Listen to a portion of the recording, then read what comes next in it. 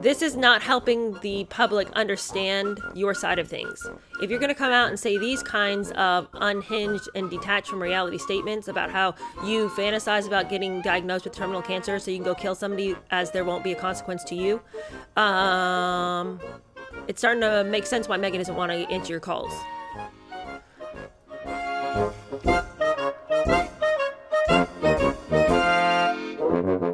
Good morning, how are you? Welcome to another episode of Revenge Review. We're going through Tom Bower's Revenge.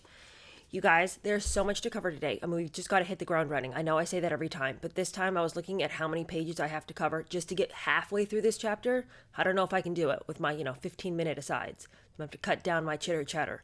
But before we start talking, I have to address something I saw over and over and over in the comments, and I promised one commenter that I would make sure to talk about it. I thought about it when I saw all of your comments about it, but I couldn't write that every single time I saw it. So, this is the issue. Last chapter, when we were reading together, there was a section that said that when Megan got out of the car, the driver would not help her with her train because he felt offended by her previous behavior during the rehearsal, and he was in no mood to help her. And everyone's like, that's not true. There's a video of that.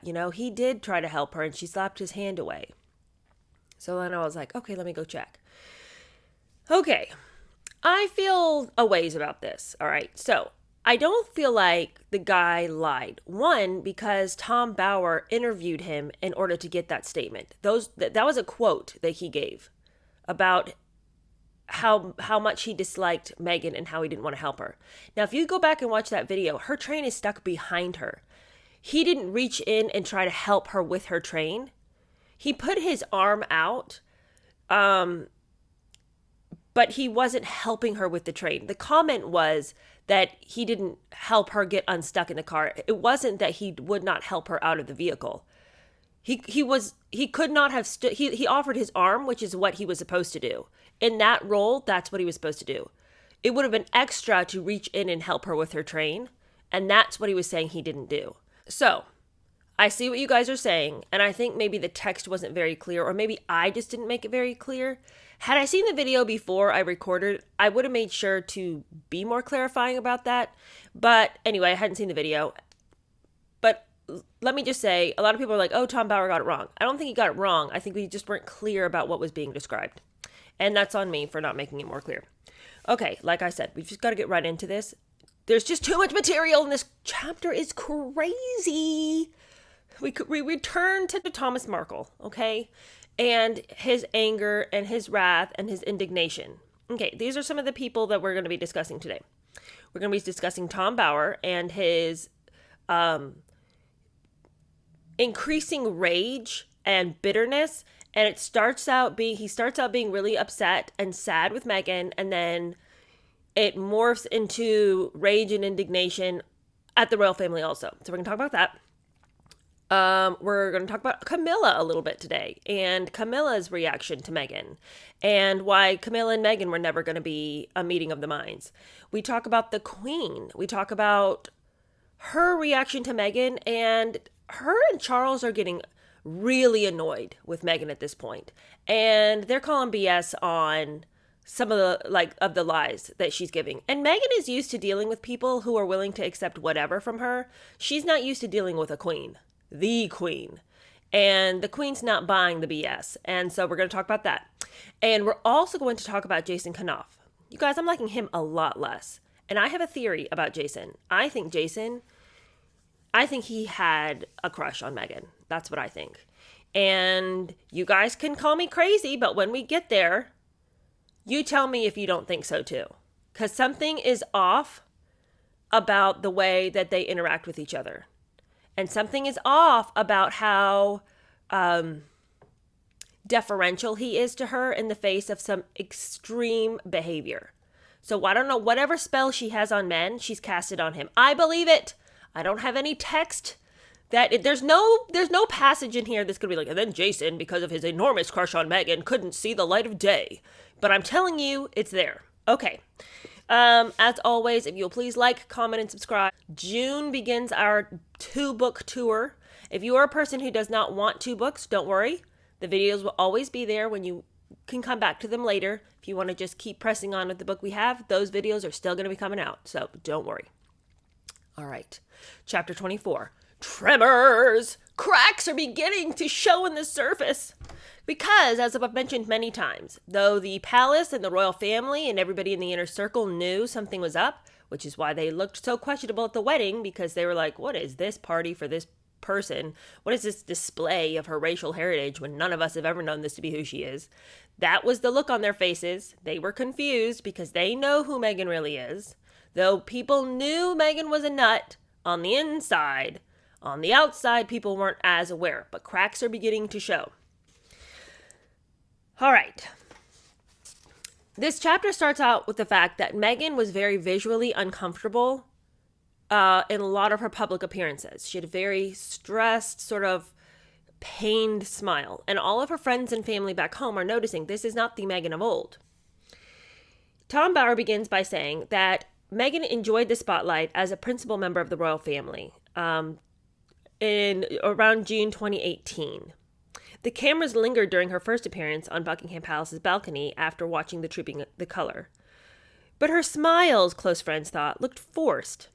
And this is why. Because she was aggrieved by the royals' commitment to hierarchy during the conversations before stepping onto the balcony, and she disliked the automatic assumption that she was junior to Kate. She believed she should be treated as an equal, and Harry sympathized. How could Harry sympathize? How could, after all these years, being a royal himself, how could he sympathize with that? I mean,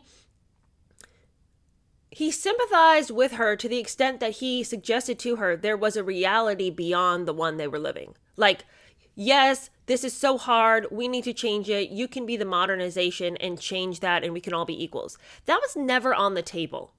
It was never on the table that the two of them were going to come in and like level the playing field and the hierarchy would go straight out the window. A monarchy doesn't work that way. But Harry always let her believe that there was an unfairness here. There's not an unfairness. If you've agreed to this structure and coming into the family means you agree to it, then how can you always be surprised by it? And that's the thing that I'm so surprised by Meghan, is that she's walked into a completely foreign culture and then wonders why it's not like an American thing. It's really, really, again, very low class of her. Have you ever traveled with somebody to a foreign country and they keep wondering why it's not like America? And you're just like, stop it, you're embarrassing me. Like, seriously, stop. I have, on a couple of occasions, traveled with individuals who will remain nameless, one individual in particular, who I just remember being like, I want to go home because this entire vacation has been ruined by your need for this to be like America. It isn't America, okay? And you are shaming us. And that's how I feel about Meghan. I feel like she walked into the royal family and said, why is this not an American institution? Well, wake up, lady. Where are you? 3 days after the Trooping of the Colour and her looking forced and upset, her dissatisfaction became apparent again. Well, now, okay, initially people thought maybe she was getting more comfortable because on this occasion, she had traveled overnight on a train with the Queen. And she and the Queen seemed to have bonded. The Queen, out of the generosity of her enormous heart, had given Meghan a pair of earrings on this train ride, and so Meghan felt all special because she'd been gifted something. She should have. They were probably gorgeous. And Meghan gets off of the train, and she's got this demure smile, and so people are like, okay, maybe she's learning her place here. Like, that she doesn't get to be the center of attention all the time. Maybe she's starting to realize. No. It's too much to hope that Meghan could have realized that she's not going to be the center of attention. Throughout the day, it became noticeable that smile of demure and diminutive acknowledgement of her position under the Queen was all going to the wayside. Because Meghan seemed detached the whole time she was with the Queen. Like, this is boring. When is this going to be over? Like, I guess I've got to go. You know, she just wasn't engaged. She wasn't looking around, interested and connected to her environment. She also refused to wear a hat, and the Queen's aides were aggravated by this, by her disapproval to follow the customs, to follow the cultural expectations. And it was all, it all just showed that Meghan felt like royal life was staid and stuffy, and she was going to have none of it. She wanted all of the privileges of being part of the royal family, but she was reluctant to become steeped in British tradition. And it was evident to the aides that she had already decided to resist the obligations of total commitment to public duty.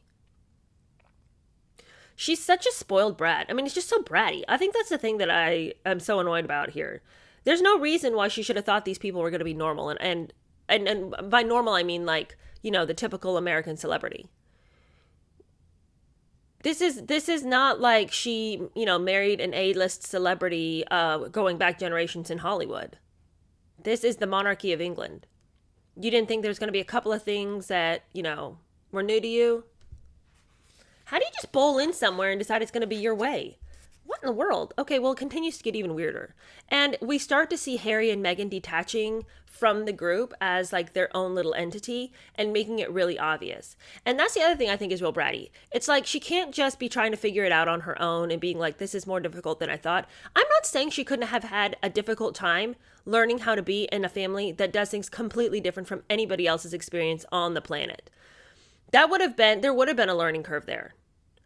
But I think that her decision to be really loud about how hard it was for her is just fundamentally immature. You know, and then getting Harry in there with her and being like, let's be bratty and pout in the corner like a couple of sullen teenagers. That's how she is all the time. I can't even believe people put up with her as long as they did. Well, continuing on in that sullen, pouty teenage behavior. After she returns from London, after having been with the Queen, it's all very ominous. At a leaving party in a private garden at Kensington Palace for Miguel Head, Prince William's former private secretary, Harry and Meghan were the last to arrive. They appeared reluctant to engage with others and left soon after William's speech, despite the fact that he frequently mentioned Harry in the speech. Now, this is what was so surprising about the fact that they were so rude. I mean, first of all, it's surprising that they would be so rude. Don't they have any manners? But the real significance is that Miguel Head had served with Harry in Afghanistan.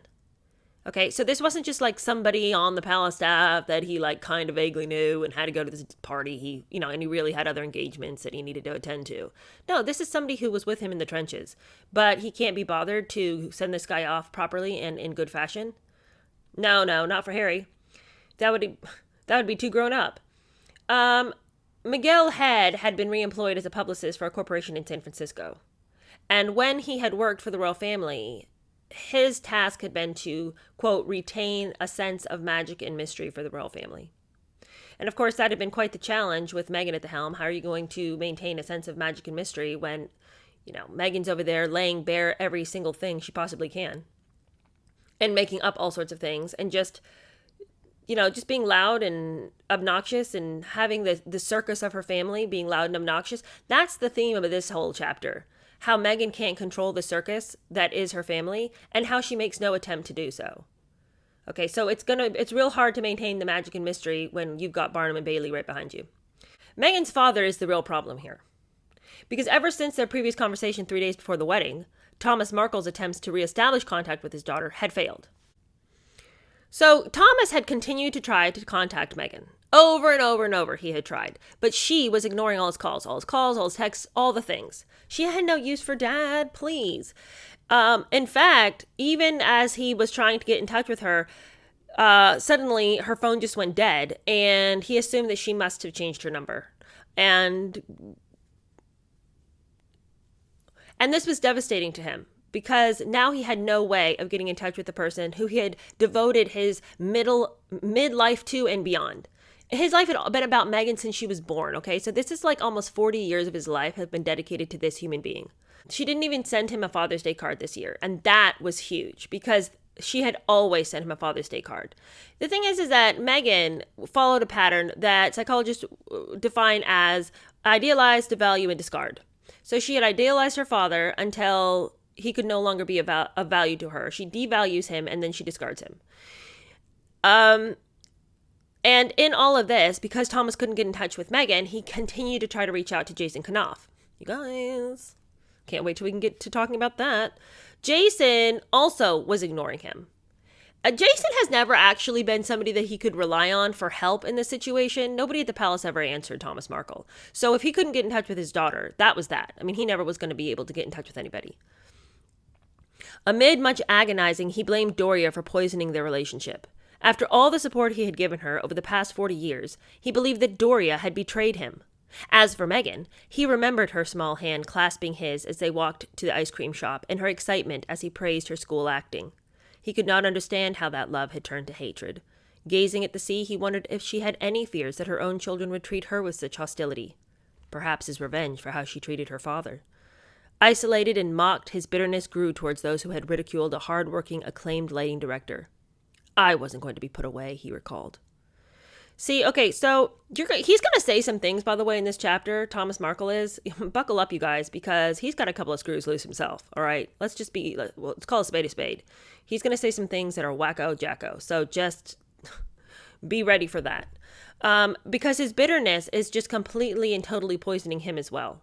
And this is what I'm saying. I am not saying that he couldn't be totally and completely aggrieved by Megan's betrayal of him. Megan wants to say that her dad betrayed her. It's so interesting that she should project like that when she is the one doing all the betraying. But he is allowing this whole thing to completely and totally define his twilight years. And I don't know how a person gets past this kind of heavy weight unless they've got something else that is bigger and more important to them. So ultimately what I'm saying is his worship of Megan, and now he's finding out that she's not quite the goddess he thought she was. Now what is he going to do? He's built his entire identity upon this person who has now betrayed him and abandoned him. And so what altar is he supposed to worship at now? People are going to find something to worship. It can be their job, it can be their children, it can be their friends, it can be money, it can be any number of things. But all of those things are eventually going to let you down. Not usually as spectacularly as this, but when you pin everything on something that cannot hold up the weight of your idolization, it's going to crumble. Usually, like I said, it's usually not going to be this bad, but anything that you look to that is supposed to provide this elevation of heart, mind, and soul. Thomas was looking to Megan to make him feel like he was worthy of like he was a worthy person. Like he looked to how he had fathered her and been a parent to her to make him feel worthwhile. But she's her own individual. So when she decides to abandon him, what is he now supposed to do now that he's pinned his identity on how he had fathered her? Well, his only recourse in that situation is to be bitter about it. He doesn't have anything bigger that he's been holding on to. Unexpectedly, on June 18th, Thomas Markle appeared on ITV's Good Morning Britain. Furious about his betrayal as a drunk living in squalor, he had agreed after lengthy negotiations to give his first live TV interview. He would be paid £15,000. Since the wedding, he explained to Piers Morgan, despite being very forgiving about the photographs, Meghan had ignored him. And I think that's very interesting that he's still claiming to the world she's been very forgiving about the photographs. Okay, again, cognitive dissonance. Is she being forgiving? I don't care if she said to you, I'm not angry. Her actions would state otherwise. You don't have to defend this person. The sooner you get into the reality that this person is not a caring, loving individual, the better off you'll be, because then you can begin to heal from this massive betrayal. But if you're still wanting to be like, she's very forgiving, I can't understand why she's doing this. She's forgiven me. She hasn't, though. She has not forgiven you. Okay, and you're going to have to make your peace with the fact that she's a nightmare now. And then he says this, and I find this to be very interesting. I put a question mark here because this is a very question marky sort of statement. And it kind of shows that when Tom Bauer said that Thomas Markle was a very proud man, I think that this is a statement that would be very descriptive of this. Now, I've seen in the comments, people are like, well, I think Thomas Markle is a narcissist himself. Well, we just throw that term around like it means nothing. There is a 5-point criteria in order to be a narcissist. And I don't think he follows all those things, but I think he is a proud man. I think he's very proud of himself. I think he thinks that there's a lot that he has done right in this world, and he's pretty proud of how he turned out. So to not receive the kind of recognition that he feels that he is owed really rankles him. And this is what he says. He said he was watching the wedding, and he said that I was jealous. I wish I'd been there. She was beautiful. It was incredible watching her. I cried a little bit about it. The whole world was watching my daughter. I was very happy about that. But the unfortunate thing for me is that I'm a footnote in one of the great moments of history, rather than Dad walking her down the aisle. And I think that he sort of exposes himself when he says that he's a footnote in one of the great moments of history, rather than being able to play out on the stage a key role in that moment in history. And I think that that's an interesting statement because it doesn't say that he is sad he didn't get I mean, he does say, I wanted to be there, I saw Megan, but he finishes it with the truth. I wanted also to be recognized as the father of this amazing woman. He said that multiple times. He looks at Megan as being this incredible person, and he wants recognition for having created that. And he's going to go on to say even more things regarding how important he should be, because she is all she is because of him, that he created her. He made her what she is. And where is his recognition? It isn't even so much that he's upset that she has ignored him and abandoned him. He is upset about that. But I think he also feels like he's lost out on this opportunity to be globally known as an incredible parent. And because he staked so much of his identity on being a parent, to miss this opportunity to be praised as a parent and to be recognized for all of his hard work in the field of parenting, that really upsets him. So there's a twofold grief here. My daughter's abandoned me, and I'm not getting the recognition as a phenomenal parent that I should. Because we know he didn't really parent Tom Jr. and Samantha all that well, because he was young when he had them. He had different financials when they were young, but also the weight and importance he placed on parenting and raising his children and being present. It didn't carry the same importance with him at that time. So I think that he had really wanted to remake who he was. I think there was probably some shame in how he'd raised his older two kids and had really wanted to redo that with Megan. And because he put so many eggs in that basket, and because he had just poured his identity into being a dad to Megan, this is such a loss for him. It's like a public smackdown of him personally. Okay, well, his reason for giving the interview was pride, obviously. He said, I just want people to know I'm a normal guy. I'm a retired man, and I'm living a quiet little life, and then this happened. And a lot of things happened around it, but more than anything, I don't want my daughter or new son-in-law hurt by any of this. Okay, listen, this is his first interview that he goes out. He's still saying, he still seems to be good with the royal family. He's just disappointed and confused and disillusioned by how all this happened. He's presenting a much softer image now than he will. Watch the tone shift, okay? The angrier he gets, the uglier it gets. And even in the margin, as I'm reading, I wrote, ooh, I'm starting not to like this guy. I always felt like some sympathy for Thomas, and I still do, but I don't like the way he's dealing with the bitterness. I think it's a real bad look for him. Anyway, he says that he goes on to say that he wants a nice, normal relationship with his royal family. And he says that he hopes he hasn't offended them, and he doesn't think that he has. They know I love them, and I hope the royal family will understand my feelings as well. And he really thought that this interview was going to be seen as a peace offering. But why would it? Because already she's mad because you got any attention with those pictures. Those were not offensive photos. We've stated that many of the time. They're not offensive, okay? So for her to get upset, she wanted to be upset. She wanted to be mad. She wanted to be triggered. You talking to the media is something that Harry has repeatedly asked you not to do. So for you now to go to Piers Morgan and be like, let me get on Good Morning Britain and tell my tale of woe, this is not the way to make Meghan happy with you. For him to choose this avenue in which to, extend that olive branch to Meghan is delusional. And I think that he knew it was. He knew this was not going to make Meghan happy. But he's kind of as much of a manipulator of the facts as she is. Because he's going to do something he knows is going to make her mad. And then he's going to say, well, why did it make you mad? I was just trying to come out and say how much I loved you. But of course it's going to make her mad because you're coming out and essentially showing the world what a bad daughter you are. So for him to now play the innocent, I hope you see this as a peace offering. No, you don't think it's a peace offering. You're just tired of the narrative and you want to recreate it. You know you've already lost the relationship with her. So now you're going to do anything you can to regain your reputation. Just be honest about that. Just be like, she doesn't want to talk to me anymore. We don't have a relationship, but I would like to clear my name. I don't like the way I've been painted. I'd like to tell my side of the story, but I do realize my relationship with her is lost. That would have at least been honest. Well, friends of Meghan told the media that Thomas Markle's surprise appearance was beyond disgraceful because they felt that Meghan could come out and talk, but Thomas needed to shut it up. Just shut it down, old man. You don't get to talk. Why don't you go drink another can of beer? Of course, it's such a double standard. Why, if Meghan can talk, Thomas can talk. I mean, who are these friends of Meghan? What is this? He never does say who these friends of Meghan are, and he even puts that in quotes, so I don't know what he's suggesting there.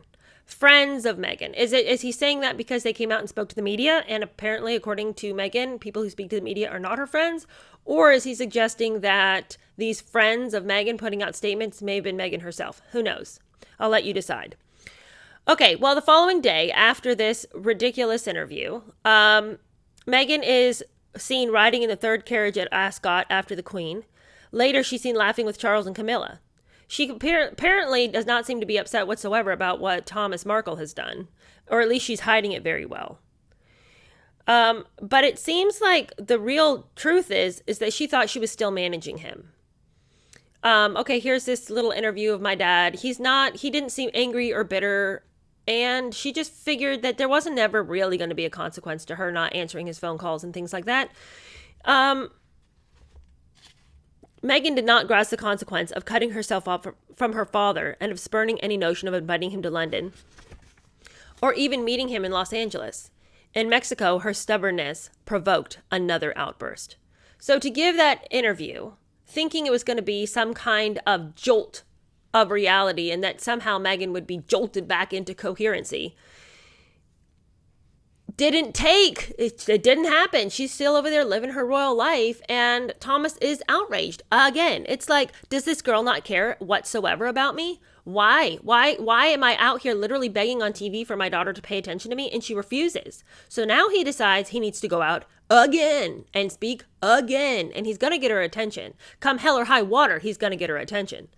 So the interview that Thomas gives again says that it put him in the penalty box, but he was not going to be silenced. He comes out and he says, if the Queen is willing to meet our arrogant and insensitive president, she has no excuse not to meet me. I'm nowhere near as bad. Apparently, Trump was scheduled to meet the Queen on July 13th in a visit to Britain. And 1 week later, after his calls continued to be blocked, Thomas admitted, I think that relationship is lost now. So he's out here talking to any outlet that will have him. And I mean, this is just a ridiculous thing. Well, the Queen is meeting with the president because she has to. I mean, these ties between politicians and the Queen, I mean, it's kind of part of her job. All right. So, I mean, this just sounds like the whining and moaning and complaining of somebody who is detaching themselves from reality. It's time to move on.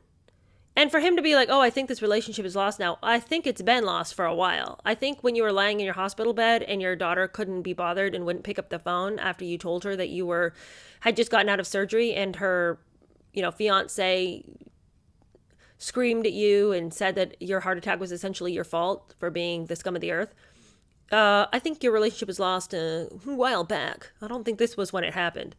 But this is the thing. His understanding of reality is delayed so he can keep doing what he wants to do, acting and functioning under the guise of his own ignorance. Like, I don't know what's happening. I'm not sure what's going on. I think there's still a chance. There's not. You just want to keep going out in front of the cameras. All right, this is what I'm saying, you guys. We're coming up to a point where I'm like, okay, the guy needs to get some friends and he needs to stop living by himself. Speaking to the media was becoming important to him. He decided to give interviews until Meghan talked to him. He also retained a lawyer to extract his share of the royalties, about $50,000 from Jeff Rayner. And this is the quote that I was like, oh, guy's got a couple of screws loose. Something's not okay with Thomas Markle. He says, I got screwed by Rayner, and I'm going to find a way to screw him over before I die. I want to tear him down. If they tell me I've got terminal cancer, then I'll kill him because I have nothing to lose. You can secretly think that, but maybe don't go out into the media and say it and then wonder why Meghan doesn't want to talk to you. Obviously, Meghan is not ignoring her father because of wild statements like this, but this is not helping the public understand your side of things. If you're going to come out and say these kinds of unhinged and detached from reality statements about how you fantasize about getting diagnosed with terminal cancer so you can go kill somebody as there won't be a consequence to you, it's starting to make sense why Meghan doesn't want to answer your calls. Then he goes on, he says, I could actually die soon, he told The Sun the following week. Does she want this to be the last thing we've said to each other? He goes on, it's probably the longest time I've gone without speaking to her ever. I just want to be I just want to clear the air and tell her how proud I am of her. If I had one message for her, it would be, I love you and I miss you, and I'm sorry for anything that went wrong. I'd like to put our differences behind us and get together. Yeah, but you're not acting in a way that is conducive to this. If he had decided to use some of this money that he's getting from all of these articles and fly over to London and said, made some contact with the palace, contacted Jason Knopf and said, hey, I'm here, I'm in London. How could she have ignored him? What's he doing with this money he's making? They're not paying him nothing to talk. So why is he just continually talking to all these outlets when he could use the money to try to make amends? At this point, it feels like two people at the opposite ends of a football field screaming to each other and neglecting to just walk to the middle of the football field and have a conversation. They both know where the other person is. Okay, so go talk to them. Rather than resting his case, he spurned the father, lashing out at the royal family for their asinine anger about the paltry amount for Rayner's photos. Half of Britain, he said, seems to make a fortune selling pictures of my daughter and her husband. He could have earned $100,000 more if he wanted. And then this is where we're going to see him ramping up just petty, little snarky comments aimed at the royal family. Because now that he can't get Meghan to answer, he thinks maybe he can rile up the royal family enough to get them to answer. But apparently he doesn't know about never explain, never complain. These comments reflect a intellect that is struggling to articulate itself in any meaningful capacity. Because what he now says is just so petty and small that it's like, don't waste your breath, man. He goes, this ridiculous royal dress code doesn't make any sense to me. Meghan seems like something out of an old movie. Why in 2018 are you dressing like the 1930s? Why do you have to cover your knees? Okay, well, modesty is timeless. That's one answer. But also, it's just sort of like, why, what is that? What kind of stone is that to throw?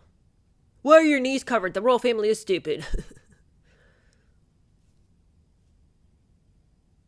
Sticks and stones, my friend. I mean, sticks and stones. What is this? Stony silence from Meghan sparked another outburst to the British media. Now he comes out saying, and you guys, this man is not making very clear connections here. He says two statements, and I'm like, you just answered your question, but he doesn't seem to be able to realize that he has. He says, my daughter is very controlling. She likes to be in charge. But I think she's terrified. I see it in her eyes. I see it in her face, and I see it in her smile. I know her smile. I've seen her smile for years, and I don't like the one I'm seeing now. This isn't a stage smile. This is a pain smile, and it really worries me. I think she's under too much pressure. There's a high price to be paid to be married to that family. So the question here is, why does she look like that? But you just finished telling me why. She's a very controlling person. She likes to be in control. If she looks pained, it's because she's lost her control. So why are you not making this connection? Why is it the royal family to blame here? Why is the royal family to blame because your daughter can't fit into a culture that she has agreed to fit into when she said, I do, when she accepted that ring, when she got married to the prince? You know, if she looks pained, why is it the royal family's fault? They never hid from her the reality of having to be part of their family. Yes, I know they bent a lot of rules, and I think they could have done an even better job of letting her know how bad it was going to be. Bad. I mean, I think for the rest of us, we'd be like, we'll capitulate to these demands. Thank you very much for the fame and fortune. But Meghan wants to act like this is this terrible persecution that has been placed upon her. That she just wanted to do some good in the world, and then she fell ass backwards into the lap of an evil, tyrannical family that is trying to pound every ounce of will out of her. And self-governance has now become not her right, but never will she ever see it again as long as she lives with these people. No more self-governance, no more self-will. It's all gone to the wayside now that she's met these villains. And he acts like somebody took her hostage. Okay, if that's how you want to say it, but you agreed to every bit of it. Yet somehow it's the royal family's fault that she looks like this. It's the high price they ask.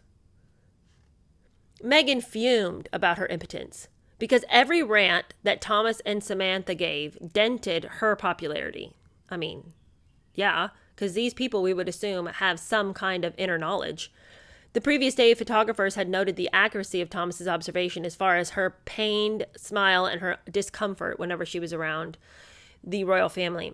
In a staged photo opportunity to rebut the truth, Meghan and Kate had appeared for the first time together at Wimbledon for the ladies' final. Meghan's smile looked forced and looked more forced than usual. And that's probably because standing right next to Catherine gave an unflattering optic for Meghan. Now, here's the thing. We all have our different feelings about Meghan Markle's physical appearance. I feel like she has a pretty face, but I'm going to be 100% with you guys. When I first started talking about Meghan Markle, I said in previous videos that I thought she was stunning because I've never really done it. I'd never done a deep dive on Meghan. What did I care? I didn't like comb photos of her and find pleasure in degrading her physical appearance. It meant next to nothing to me what she looked like. I mean, I'd scan magazines and be like, oh, I like that outfit or whatever when she was with the royal family. I thought a lot of her clothes were really pretty when she was with the royal family. I liked the style. Whoever her stylist was, I thought she always looked really nice, very clean lines, very tailored, very beautiful. And I think she has a really pretty face. Her physical appearance, though, below the neck is a little unusual, I will say. I think she has a figure that would be very difficult to dress, and stylists in the past have said so about Meghan, that she's difficult to dress. And I don't want to waste any of my breath or time degrading somebody because, we're given the bodies we're given, So that's neither here nor there. But I will say that if people were in the mood to compare the two, not many of us could stand next to Catherine and feel like we were the most beautiful person in the room. I mean, even if we'd been made up and we're beautiful and dressed to the nines and our makeup was perfect and all this was perfect, when you stand next to Catherine, she's just a physically beautiful person. But even before that, we've come to love her because her character is very beautiful. So we still want to favor her in almost every scenario. And if Meghan had had a really beautiful character and we just saw her as genuine and care and loving, I really, really, really doubt that people would have jumped so quickly on the comparison here. But the thing is that, it's just such an easy and it's such low-hanging fruit to attack physical appearance when you already don't like someone. Is it a junky, low-class tactic? Absolutely. But anyway, a lot of people were willing to do that, and Meghan knew they would. So she looked very uncomfortable during that time and in those pictures. But mirroring the discomfort between those two women was the discomfort between William and Harry, who were later seen at the 100th anniversary of the Royal Air Force. They both looked very uncomfortable together. So cracks are beginning to appear, and people are beginning to chatter. What's going on with these two? And what's going on with the women? And why can't we all just get along? What about the Fab Four? That fizzled out after 2 seconds. Relations between the four were aggressively breaking down. Now they wouldn't even be anywhere near each other. William and Kate refused to stay with Charles and Camilla when they were in Scotland at the same time as the Sussex. And the Sussex turned down the Queen's traditional invitation to stay at Balmoral in the summer with William and Kate. At the heart of their divergence was Meghan's unwillingness to be part of a team. There was no intimacy, she could not identify with the family's power, social, financial, or political, and she was also irritated by Kate and William's refusal to be well-meaning partners. So now it's not just like people quietly muttering to each other, I don't like so-and-so, why did she do that, what's going on with this, why is she so... It's like the whole family is being disrupted now because of Meghan. At the same time, on the 28th of July, it was decided that Meghan needed a little bit more positive PR, and it needed to go out that she was being warmly embraced by the family because people were starting to have questions like, what is going on with William and Catherine, and Harry and Meghan, like, why don't the young people like each other? So they decided to come out with this sort of message that, okay, well, there might be problems with William and Catherine, but there's no problem with Charles. Charles likes Meghan, okay? Everybody, they have a special bond. They don't. But they decided to take this opportunity for Meghan to go and visit Charles in Scotland at the castle. And it was put out that Meghan and Charles got along because he admired her interest in history and furniture. I don't know what we've heard thus far about Meghan that would show that she had any interest in history. Every time anybody tries to tell her anything on a tour about the history of Britain, anytime anybody wants to talk to her about anything that has happened that does not involve her, she's no interest in it whatsoever. And I said this when I read Spare, on this very same occasion, because Harry mentions this same occasion. So interesting. Spare, okay, side note. Spare was made up of all of his all of the clippings that had ever been, and all of the newspaper clippings about his life. Anything that had ever gone out by a PR agency about him, anything that the palace had ever said about him, any article that had ever been written, Spare had only used that information. And then a couple of his rambling memories that we couldn't figure out why he tried to stitch those in. The palace had put this story out that Charles and Meghan really got along and that he really admired her and thought that she was a sophisticated thinker. And I called BS on it then because Meghan is not a sophisticated thinker. You can hear it in the way she talks, in the way that she misuses phrases. Look, I misuse phrases all the time too. I am constantly mispronouncing things or saying things wrong. You talk for an hour, you find out how many things you can't say right. Okay. So I'm not trying to point a finger at her, but I'm also not coming to you being like, I'm the most educated person in the world. I've repeatedly said that I am not. And Meghan, wanting everybody to think that she's the smart one, the intellectual one, she wanted a story to go out from the palace that would say Charles admired her because Charles is known for his intellect. And Charles is known as an academic. He's known as a lover of history. He's known as somebody who has a taste for higher things. So for Meghan and him to have, this special little relationship of the intellectuals would have given her some kind of credibility. And so Harry makes mention of that in Spare. And now we're hearing that it was actually not that they liked each other so much. It was designed that she should go so that they could write about how wonderful the relationship was. Do you see what I'm saying? It wasn't a natural, let's go see Pa, let's go hang out with Pa. It was, hey, Meghan, make sure you go see Charles because we need to write a story about how you guys get along. Now, the unspoken reality was that Charles didn't get Meghan at all. And he never understood this American. He was bewildered by her. He never really understood her or what she wanted.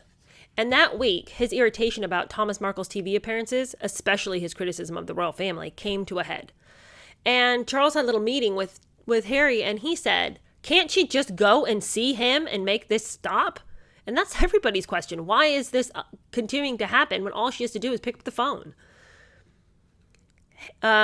Charles apparently berated Harry in this conversation. His son, according to Meghan, was endlessly explaining the situation about Thomas Markle's behavior to Charles and Camilla, but the family seemed to forget the context, and they fundamentally just don't understand what is happening.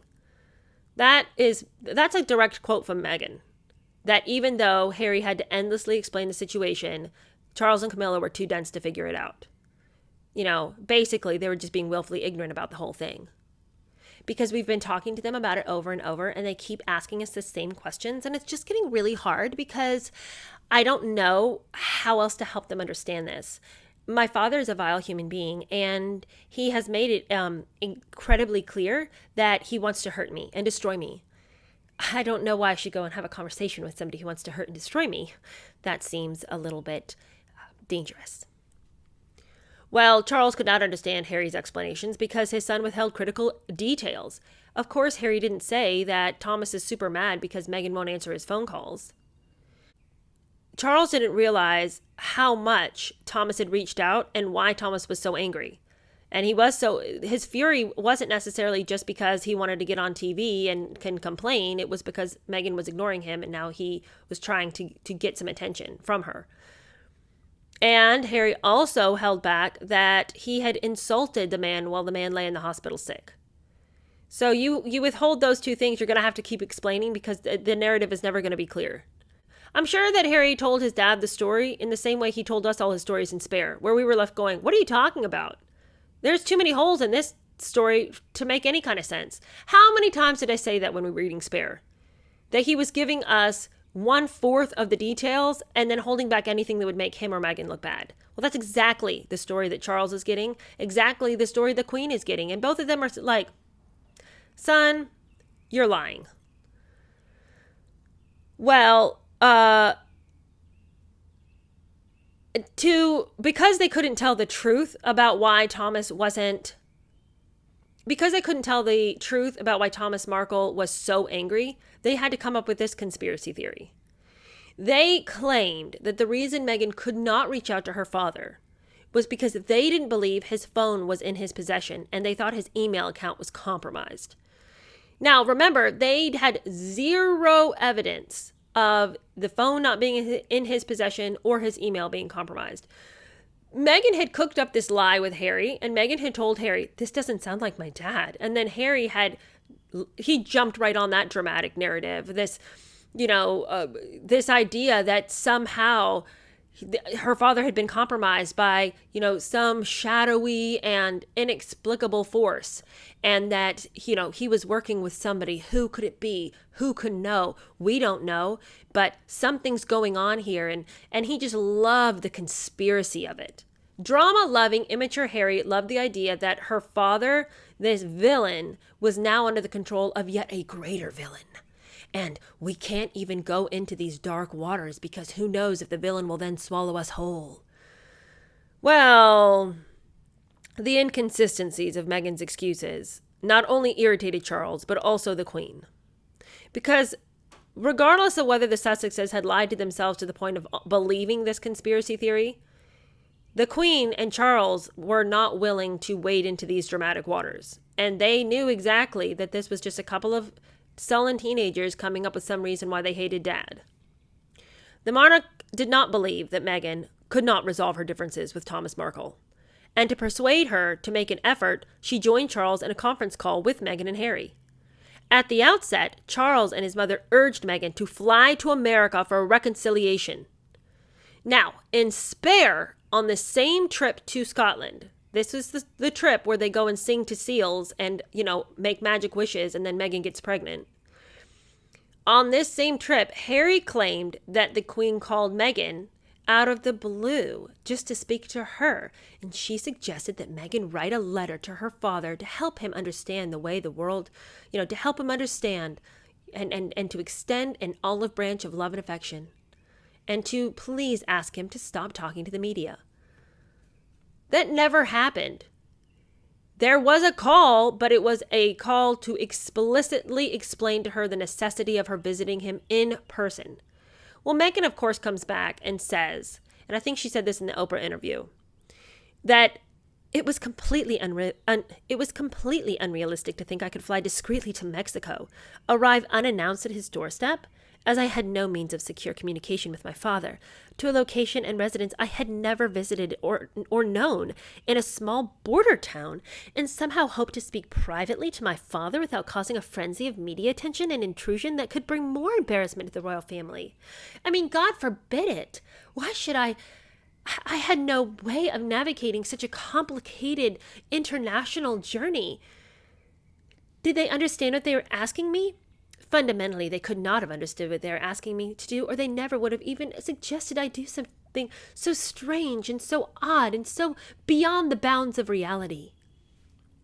Meghan, are you an invalid? Why is this so difficult? You get on a plane and you fly. It's like, what about all these private planes you suddenly have access to at various points? There's 1,000 ways that this could have been arranged. And I covered this in Spare. If you really think that he is not operating on his own, there's ways to find that out. Okay? You've got real power at your disposal to find this stuff out, but you didn't want to. And this kind of lame excuse, I hate this kind of BS where people they give you this lame excuse and then they're mad when you don't accept it. When you're like, that's not true though. That's not a thing. It's not a thing that you can't fly to Mexico discreetly. How about when Harry was flying to meet you constantly and continually in Canada? Somehow there was never a media frenzy there when he would show up, and he was the prince. So why don't you ask him how he did it? Maybe he can give you a couple of tips. Her argument avoided the truth, says blunt Tom Bauer. Although her father's telephone number was unchanged and the mobile was always in his pocket, she claimed, I had no secure means of communication with my father, and added, we could not trust that my father's phone was in his possession. Yeah, but you can't trust that it's not either because you don't know either way. So why don't you at least make an attempt? Even if you thought that his phone wasn't in his possession, at least reach out to the man and show kindness. There's no consequence for kindness. Just be nice. But even, Tom Bauer says that even if she thought that her father's phone wasn't in his possession, she could have still contacted him. Her father's telephone number had remained unchanged. They could have met discreetly in Los Angeles. The Queen wasn't aware that Meghan had never visited Rosarito, so that's why she suggested you should just go to Mexico and see your dad. But if Meghan was really that unfamiliar with the area, okay, well then let's go where you're both familiar. Go to LA. But whatever needs to be done, meet with your dad and quit with this sad, sorry excuse making. Both Charles and the Queen realized that Meghan's excuse was far-fetched. Puzzled by her attitude, neither Charles nor the Queen had heard Thomas Markle's explanation for Meghan's stubborn refusal to meet him. Namely, that Doria had persuaded her daughter not to make that journey. The conference call ended with both the senior royals perplexed by Meghan's conduct. I was especially sensitive, Meghan later admitted, to this, as I had very recently married into the family and I was eager to please them. No, what she really means is this was really hard for me because I am not used to being pressed by people that I can't control, and I'm not used to being pressed by people who intimidate me. I'm used to doing the intimidating, and I felt very uncomfortable in this scenario because I wanted to have the upper hand, and I knew that I was dealing with people who were not going to swallow my lies hook, line, and sinker because I could not help them in any way.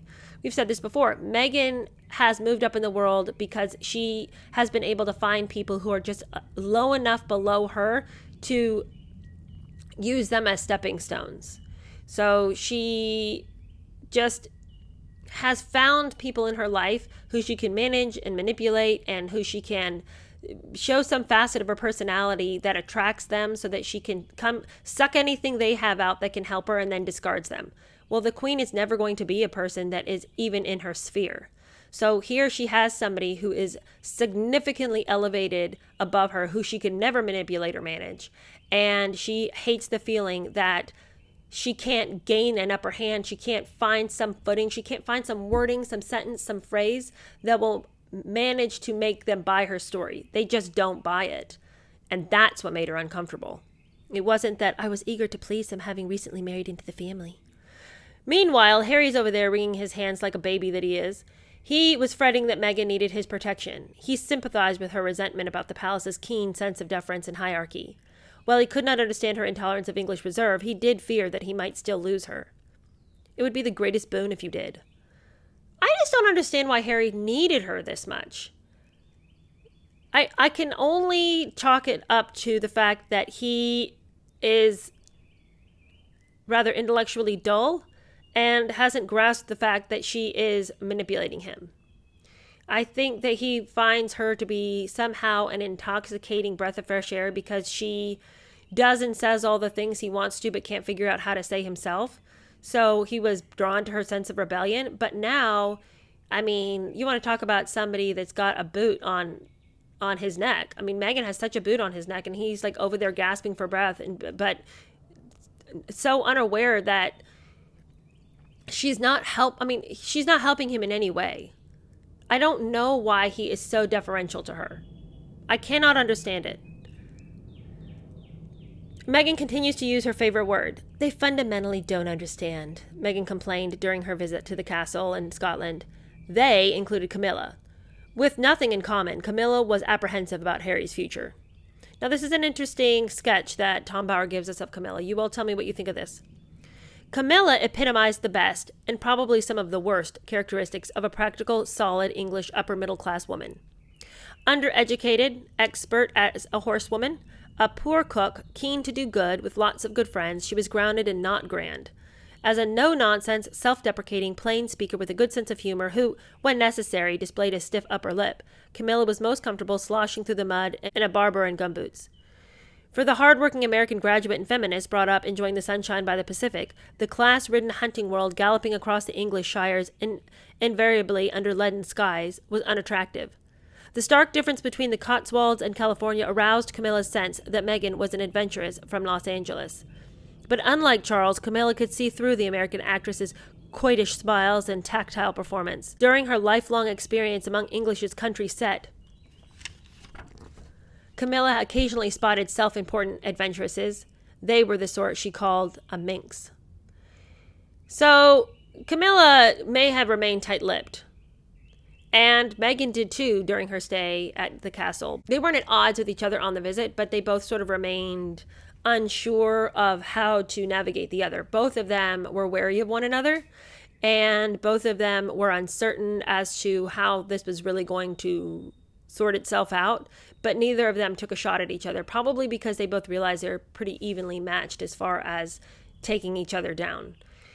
So it's best to remain sort of hedging around each other. Harry, of course, had his own reasons for distrusting Camilla. He still blamed her for wrecking his parents' marriage. So, I mean, he's not a sophisticated player in this disagreement.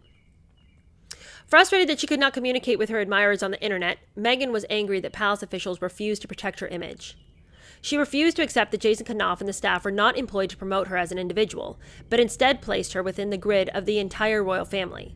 In particular, Meghan fumed about Knopf's refusal officially to criticize Thomas Markle.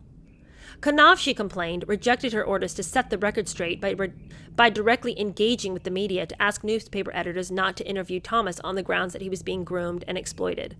That wasn't enough for her. She didn't want it to be suggested that he was being groomed and exploited. She wanted the blame to be placed squarely on his shoulders.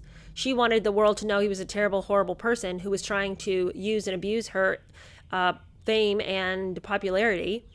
And she wasn't willing that there should even be any kind of sympathetic idea pitched about him by the palace. Like, let's just leave this guy alone. They're manipulating him. He's just confused. Meghan's like, he's not confused. He knows exactly what he's doing, and you should call it out. From her perspective, Meghan was isolated, vulnerable, and stifled by conventions.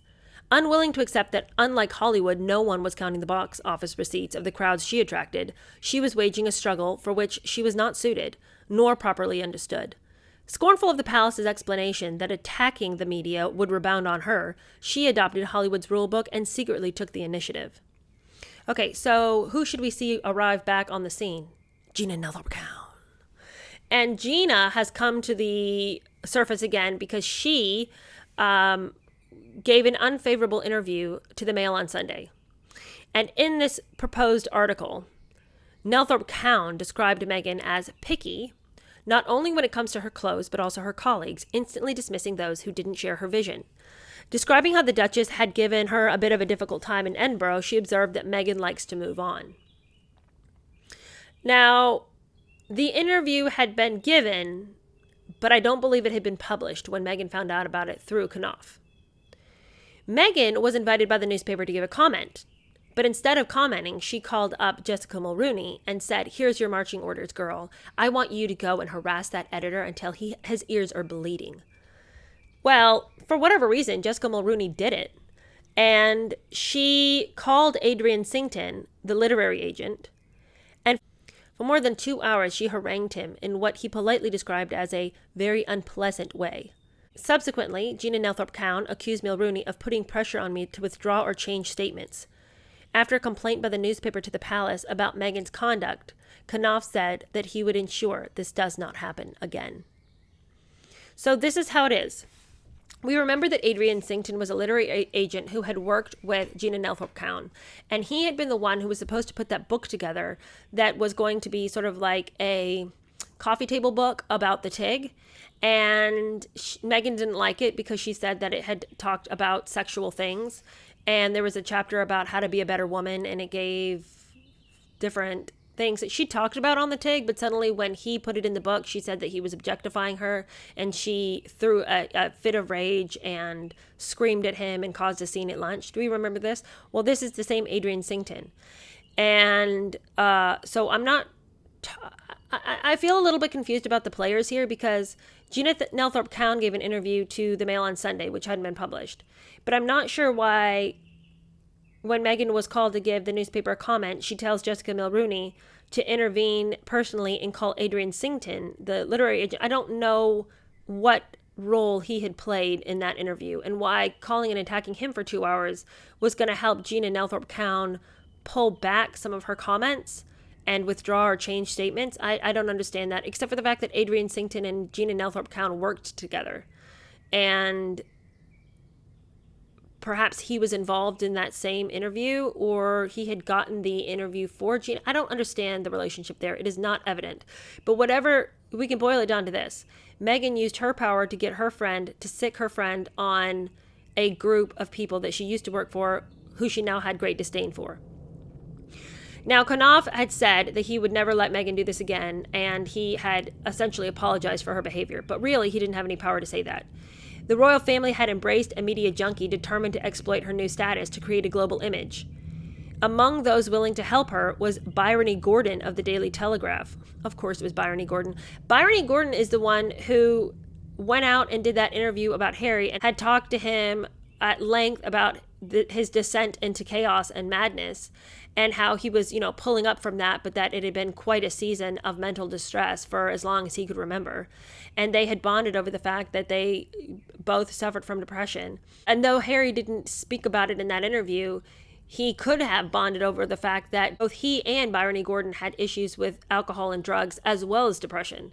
So Bryony was only all too excited to now side with Meghan and to raise her up on a pedestal because she already had an in with Harry, and she gets to be their new pet journalist. Bryony wrote of Meghan, "She does not want to make the mistake of rushing in and giving critics an opportunity to trip her up," wrote Gordon. "Like Kate, Meghan will not shy away from duty. She has the opportunity to change the world." But all of this, do-goodery and trying to speak well of Meghan by comparing her to Kate is not anything the world's going to buy, because we're watching Meghan. Meghan is shying away from duty. She does have an opportunity to change the world, but she won't take it because she's too busy and too wrapped up in all of her own family issues. This garbage about she doesn't want to make the mistake of rushing in and giving critics an opportunity to trip her up, she is rushing in. And she's trying to cover her tracks so her critics won't notice, but she's not stopping her behavior.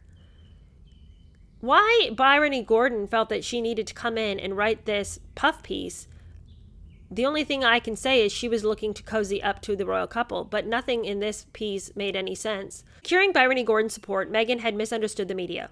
Her persuasive influence on one journalist's favorable portrayal of herself was an incentive for others to highlight the negative stories. Their search for harmful snippets started after an official visit by Meghan and Harry to Dublin. In a private conversation, Meghan told an Irish politician that she supported abortion. The politician posted the conversation on social media. See right here, what in the world is Meghan doing saying she supports abortion in Ireland? This is what I'm saying to you. She has no idea about history whatsoever. What in the world was she thinking? How could she have ever let those words fall from her lips that she supports abortion in Ireland? Meghan was instantly criticized for expressing a political opinion. During the 24-hour trip, the media delighted in reporting that she wore 4 outfits worth £28,000, mostly from one designer. But a quick survey of her last 15 outings showed that she had worn clothes by Dior, Givenchy, Prada, and Chanel, and never the same outfit twice.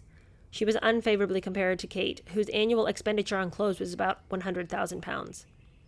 Guilt by association extended to Buckingham Palace announcement that Princess Eugenie's marriage to Jack Brooksbank would mirror Meghan's ceremony.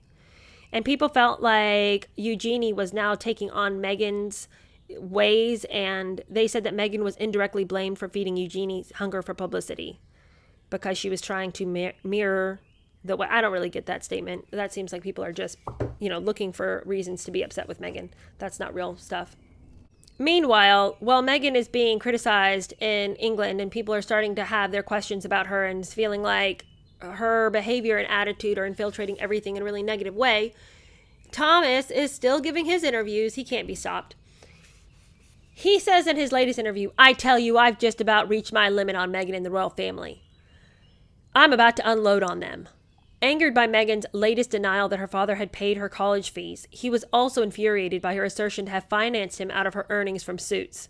Yeah, see, that would have really been upsetting because we know that Thomas took an enormous financial hit to make sure that Meghan was always financially secure. And then, so for him to say that Meghan was over there helping him, we know that she wasn't. She, one time gave him a few bucks to put towards a new car, and then I think helped him move house one time. But as far as sending him money all the time, that seemed like a complete and total fabrication of the truth. And Thomas came to that interview with receipts.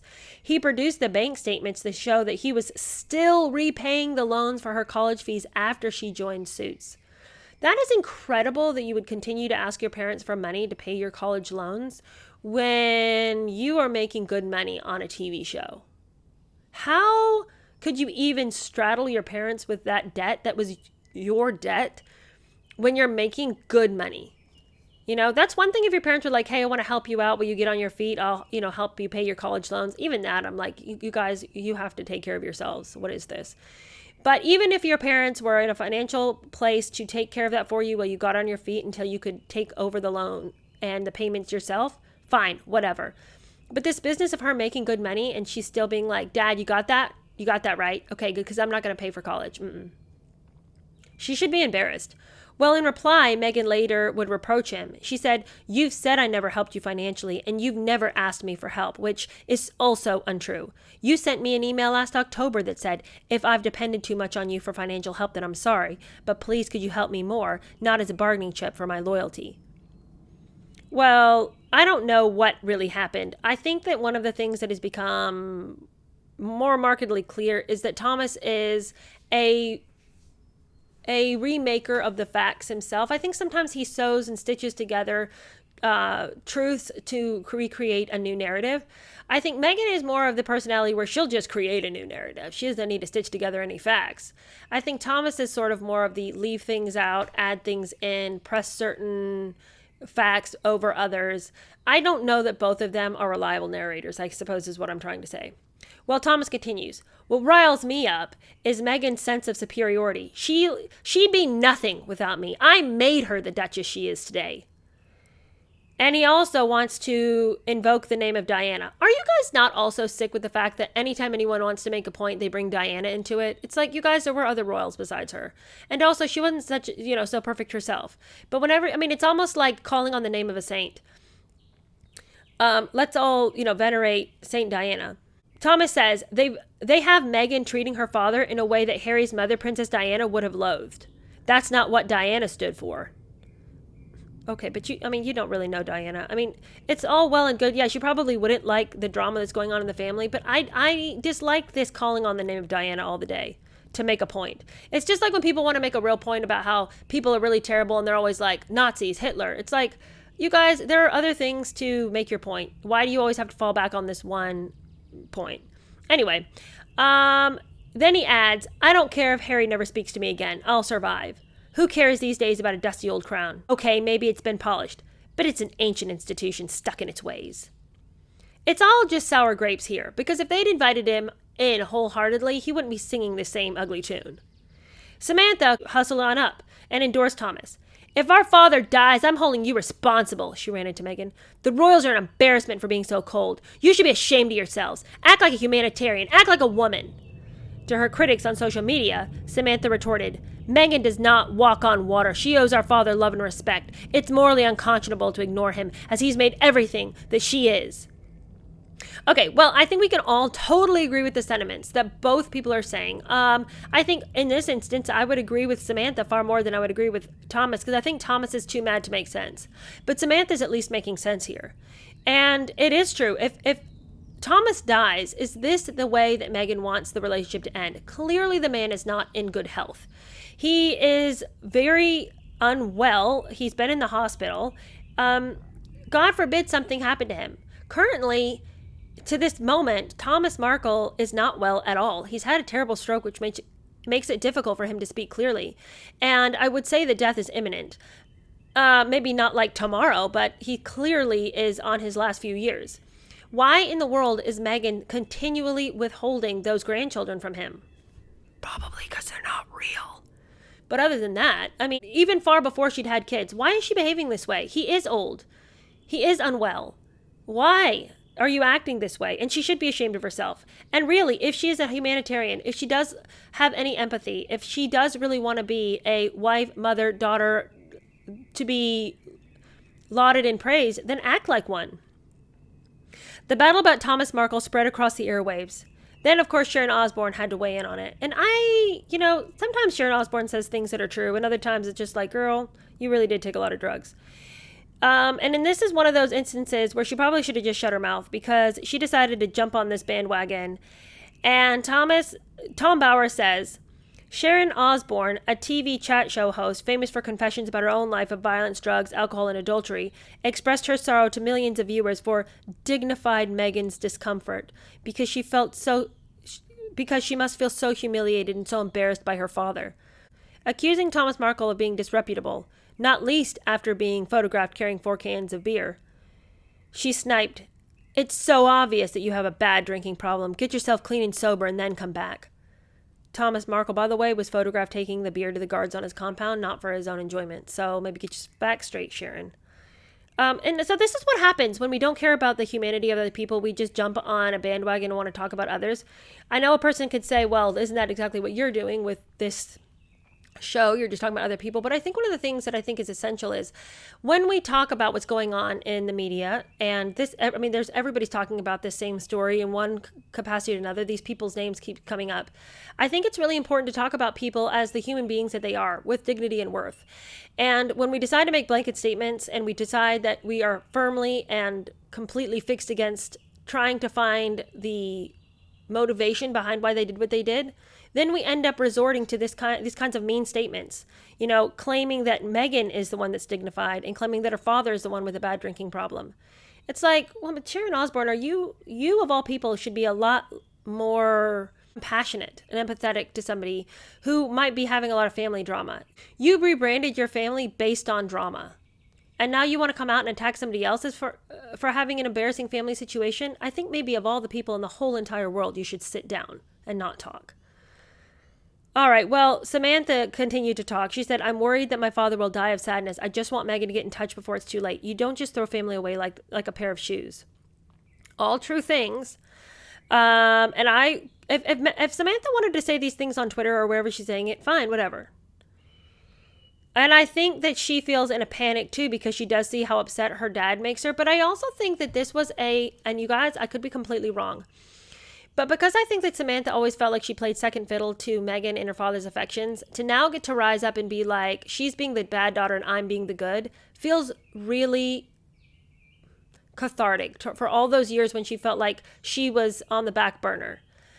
Do you guys know when you, like, my kids do this all the time. Do you know, like, if you tell one of your kids, like, when you have to correct one of your children, like one of your kids is wilding out or being disrespectful or whatever, and you'll say to the kid, you'll correct the kid, and then the other kid will come up to you and like give you a big hug and be like, Mom, I love you. And it's like, that's sweet, honey. I'm glad that you do. But I also feel like maybe you're just giving me a hug to show how much better you are than your brother right now. And that's kind of what I feel like is happening here. I'm not saying that Samantha doesn't love her dad. Because, I know that she does. And the same way that I know my kid really loves me, I just think it's interesting that the time that they decide to come give me a hug is right after I corrected the other kid. So I feel like what we're seeing here is Megan. I feel like we're seeing Samantha kind of enjoy being the close one to Thomas. She decided to take it one step further beyond just supporting her father publicly. She was going to get some damn answers. She was. So in the midst of Thomas Markle coming out and damning the Palace and the Sun as secretive Scientologists and cult-like, this is what I'm saying when I tell you he's off the rails. And as he's trying to ridicule them and saying they're like a Monty Python sketch and mocking the idea of apologizing to them, Samantha decided that it was time for her to go and speak up for the family in person. So she headed for London. With cameras summoned, she would arrive in her wheelchair at the gates of Kensington Palace to see Meghan. But of course, as soon as she got there, she was denied entry. So she left a letter addressed to Duchess Meghan and urged her sister not to leave their father hung out to dry. Why expend the energy, Samantha? Why? Why even bother? That is what I'm saying. You can say your piece, but don't waste time, energy, and financial resources on this. I mean, who knows? Maybe these cameras that followed her were backed. Maybe that is who financially backed her so that she could arrive at the gates of Kensington Palace. But talk about a letdown to show up and then all you can basically do is just sort of shove a letter between the bars of the gate and, wheel yourself down the road. No other member of the royal family had suffered as much embarrassment from their own family as Meghan. There was some equivalence in Meghan's contempt for Samantha and Thomas, and now Harry's for Kate and William in particular. The Cambridges, she believed, were failing to offer the recognition and generosity she deserved. She hated the comparisons with uncomplaining Kate. Effortlessly, the Cambridges appeared to be perfect. She appeared to be influenced by envy of Kate. In turn, the future queen regarded her neighbor as dismissive of other people. Meghan's manners towards her staff, Kate observed, had become self-centered, manipulative, and demanding. The staff's complaints inflamed Meghan's growing sense of victimhood.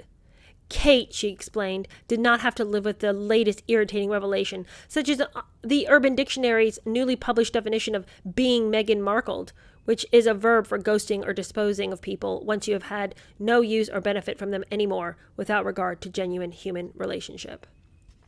Well, Meghan, if Kate looks good, it's because she's acting good. Do you know what I mean? It's like, this is exactly like in Spare, when Harry cried and cried because the media kept saying that he was falling out of pubs drunk and, drunk as a skunk and looking like a mess. But he was falling out of pubs drunk as a skunk and looking like a mess. If you don't want people to say that about you, then don't look like that. You have a lot of power in how people perceive you. So do things that help your image. Well, Meghan couldn't be bothered to change, but she just wanted to sit around and complain. Meghan was really stung by that criticism. The Urban Dictionary definition really, really bothered her. Probably because it was a truth that she could not deny, and there was a reason why people were saying this about her. Even though Meghan became increasingly fragile and demanding of the palace staff to view the world from her perspective, she didn't seem to care if people liked her or not. She didn't want people to say bad things about her, but she didn't really care if people didn't like her. So it's like that Urban Dictionary thing. She wasn't offended about it because it was true. It's just that it wasn't positive. So she's not going to fix her behavior. She just doesn't want people to comment on it. I don't know what world she thinks she's living in where people are just going to continually ignore and not mention or comment how she acts. In self-defense, she demanded retaliation against her critics. She urged Harry to become more combative, and in turn, she urged Knopf to protect his wife. Now, this is where I want to talk to you guys about how I think that Knopf is either dangerously naive for a spokesperson, or perhaps he had something going for Meghan. I'm not saying that the two of them are doing anything. I'm just saying I think that he is giving into her in a way that belies his secret affection. Eager to oblige the Sussexes, Knopf accepted Meghan's version that in the months before her wedding, her difficult father had rejected a loving daughter's offers to help. He also assumed that her father's heart illness was suspicious, and the hiatus which occurred in the days before the wedding was entirely Thomas's fault. And this is what I'm telling you when I say that he's dangerously naive to be the spokesperson. Why is he believing this? There's enough evidence. And why was he never taking Thomas's calls himself? Thomas says he had Jason's number. So unless Meghan had potentially given him a number that was false, why was Jason never reaching out and talking to Thomas himself? That's an idea I'd never thought about. If potentially Meghan had given her father a number that never was intended to go to Jason at all. Because it seems wild to me that Jason, who is supposed to be in charge of the couple's image, wasn't reaching out to the dad and being like, hey, let's get your story. What's going on here? Why can't you and Meghan get along? Knopf did not notice that whatever Meghan believed became a fact. In her mind, she decided that what she believed was true, and there was no possibility of contradiction. Contradiction of her truth was persecution. As she would say, when you really know who you are and you know what your belief system is, you live by the truth. And I think you can start to peel away the layers of where the fear comes in. Okay, what does any of that mean? Meghan's attitude towards truth was common among Hollywood celebrities. In their new religion, the concept of a universal truth was false. As she told an audience, life is about storytelling, about the stories we tell ourselves and the stories we're told and what we buy into. She sincerely believed that everyone had the right to create her own truth about the world. And that is stupid 101. All right, how in the world are you going to live a life in which your truth trumps anybody else's truth? That just that's not even cohesive with functioning reality. Anyway, at the same time, amid all this persecution because people wouldn't believe her truth, she decided that she would cozy back up to George and Amal Clooney and hosted on his private jet. They went to Lake Como. Amid extraordinary luxury, she discussed how difficult it was to cope with this medieval monarchy. It sounds like it's real terrible, Meghan. Before leaving for Italy, she had considered how to appeal to her father to stop criticizing her in the media. Instead of engaging in a conversation to rebuild the relationship, she would later say that two senior members of the royal family advised her to write rather than to telephone. Well, we've already discussed how that's a lie. The two senior members were the Queen and Charles, but of course, at the castle in Scotland, they had both urged her to meet her father in America. So enough with this. They told me to write the letter, so I was just doing what they told me to do. In drafting her letter on her iPhone to Thomas, Meghan blamed her cooperation with the media for destroying the relationship. Her letter accused her father of breaking her heart, manufacturing pain, being paranoid, being ridiculed, fabricating stories of attacking Harry, and constantly lying. And she did not suggest a reconciliation in this letter. She says that she didn't want anything other than peace, and she wishes the same for him. Okay. How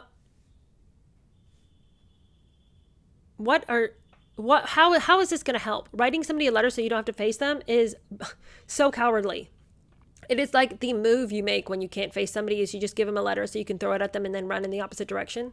Now, initially, she publicly insisted that she was the only one who drafted that letter, that she was the only eyes that clapped down on that letter, and that nobody had given her any aid or assistance. But then later she admitted that her signed declaration was incomplete. And in fact, she had asked Jason Knopf to comment on her drafts. And she explained in this little bit of manipulation that she'd asked Knopf because she wanted to follow protocol. This is the first time in her entire life she's wanted to follow protocol. Then she changed her reason. Of course she did. She had relied on Knopf, she admitted, to provide feedback and general ideas. Oh, so now she's blaming him for anything that was in the letter. Well, Meghan, it's your letter to your dad, so why does Knopf need to weigh in on it? I mean, I can understand. I think her first reason was far more rational. I wanted to make sure that I was following protocol. I mean, I guess, if you're going to have any kind of reason. Some would later argue that by relying on Knopf, she anticipated or intended that the letter would be made public. But of course, she would deny that interpretation. But how can you deny that interpretation if you have given us this statement that I wanted to make sure I was following protocol? If you're writing a letter to your dad, what protocol are you talking about? There's no protocol you have to follow in order to write a letter to your dad. So you absolutely expected it to go and be given somewhere or leaked somewhere. Regardless of whether you or he was doing it, you were anticipating an audience that was not your father. Meanwhile, Knopf was in Tonga preparing for the Sussex's official trip to Australia. Despite suffering from profound jet lag, he replied encouragingly upon getting the draft. And you guys, listen to this. The draft letter is very strong, enough emotion to be authentic, but all is resigned sadness rather than anger. Also, it is factually focused on the way that does not read like legal filing, and that's not easy to do. What is all these compliments that he's giving Meghan?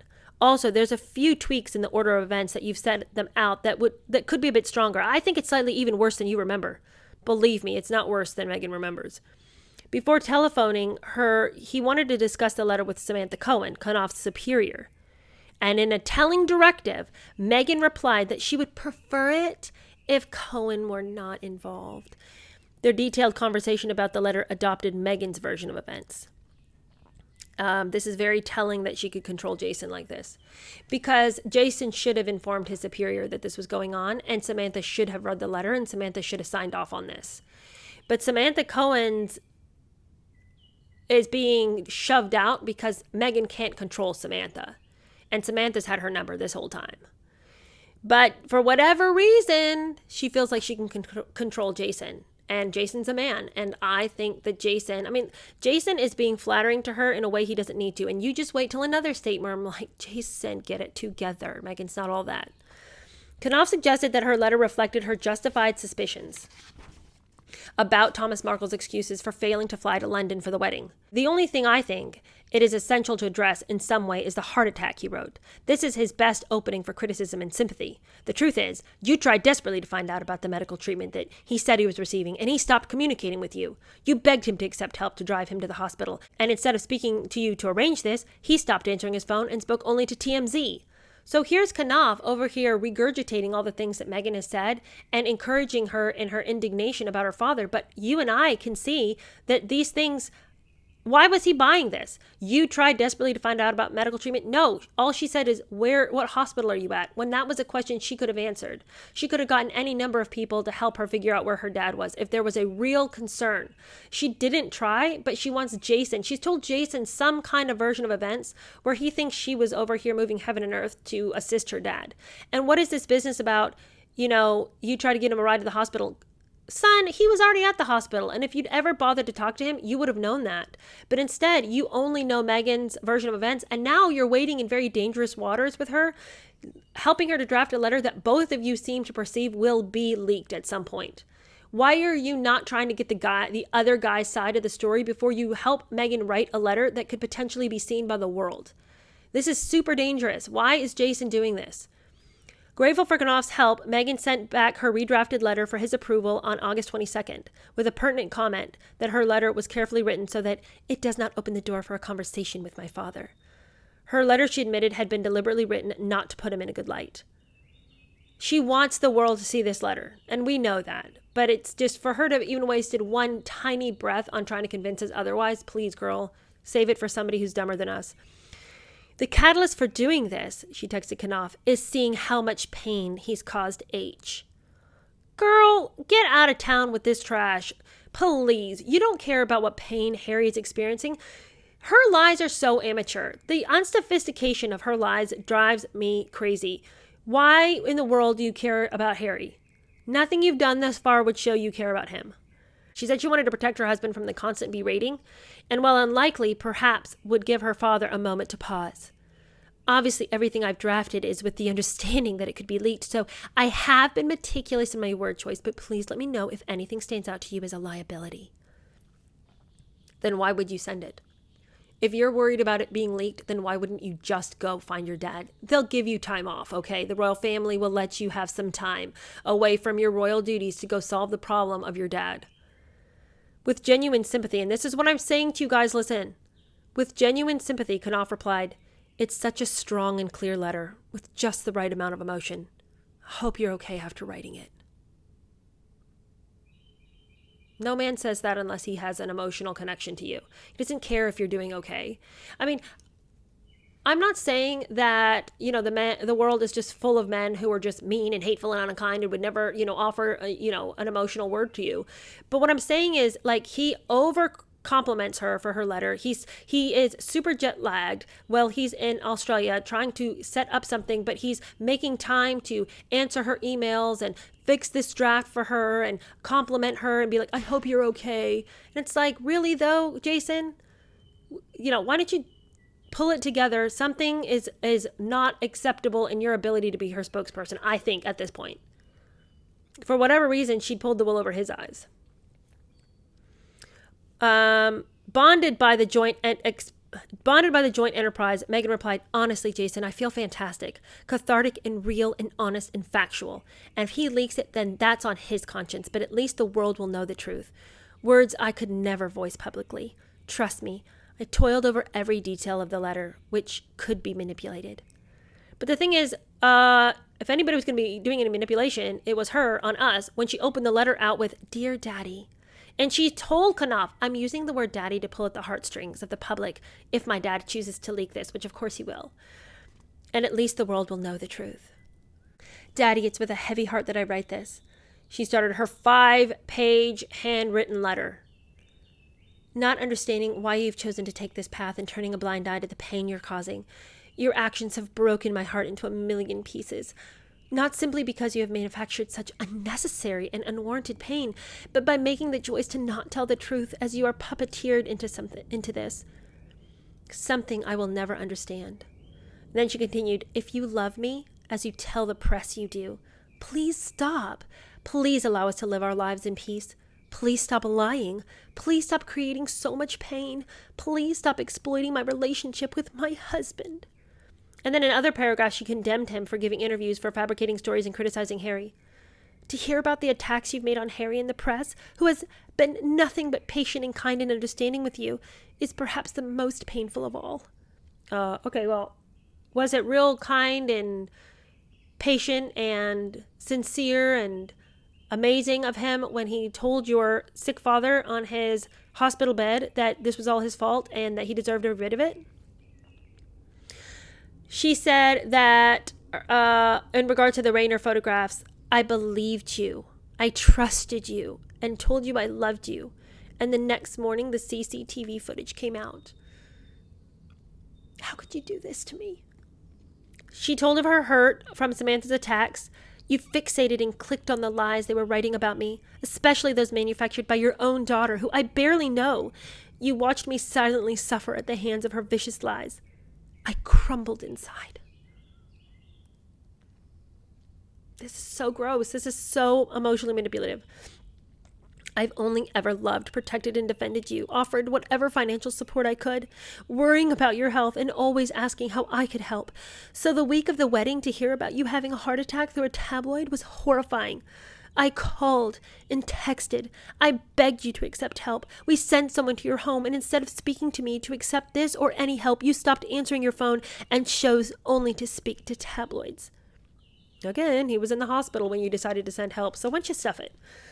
Then she goes on to say this, and of course this would have really riled Thomas Markle, and she knew she was lying to his face on this one. You haven't reached out to me since the wedding, and well, you claim you have no way of contacting me. My phone number has remained the same. This you know. No texts, no missed calls, no outreach from you, just more global interviews that you are being paid to do and say harmful and hurtful things that are untrue. Can you imagine getting that letter as Thomas where she claims that you haven't tried to call and you're like, I've done nothing but call you? I mean, like that's all this other stuff. I think she could have played his emotion and made him feel really bad. But see, she always oversteps. Now she's blatantly lying to his face about something that he knows to be a falsehood. So all that other stuff, she probably could have gotten him into a real guilt complex about what he had done. But this is a total lie. So then that helps him to get over all the other emotionally manipulative things she's just said. Her conclusion was damning. For some reason, you choose to continue fabricating these stories, manufacturing this fictitious narrative, and entrenching yourself deeper into this web that you've spun. And the only thing that helps me sleep at night is the faith and knowing that a lie can't live forever. Well, Megan, we're all able to sleep at night because of that. A lie can't live forever, and this is your demise. You are now experiencing your own demise. To ensure the letter arrived, she forwarded it to Los Angeles business manager Andrew Mayer for delivery in Rosarito by FedEx. Thomas Markle had never received a similarly long handwritten letter from his daughter, and as he settled down to read it, he hoped it was an olive branch, something that would be a pathway to reconciliation. By the end, he was hurt by the absence of any love or inquiry about his health. And he says, I was so devastated I could not show it to anyone. Megan was right in her summary to Knopf. Her letter did not open the door for a conversation. Her lawyers would call the letter a heartfelt plea to stop speaking to the press. But Thomas put the letter in a drawer and told no one except Doria about its existence. And that is where I'm ending this part of the chapter. And that was only part 1, you guys. We still have a whole nother half of this chapter to get through, but that's the cliffhanger. He put the letter in the drawer and told no one except Doria of its existence. All right, it's very late. My children have come in twice wondering where I am, and I feel really bad. So let me let you go, but I will see you later this week. Bye.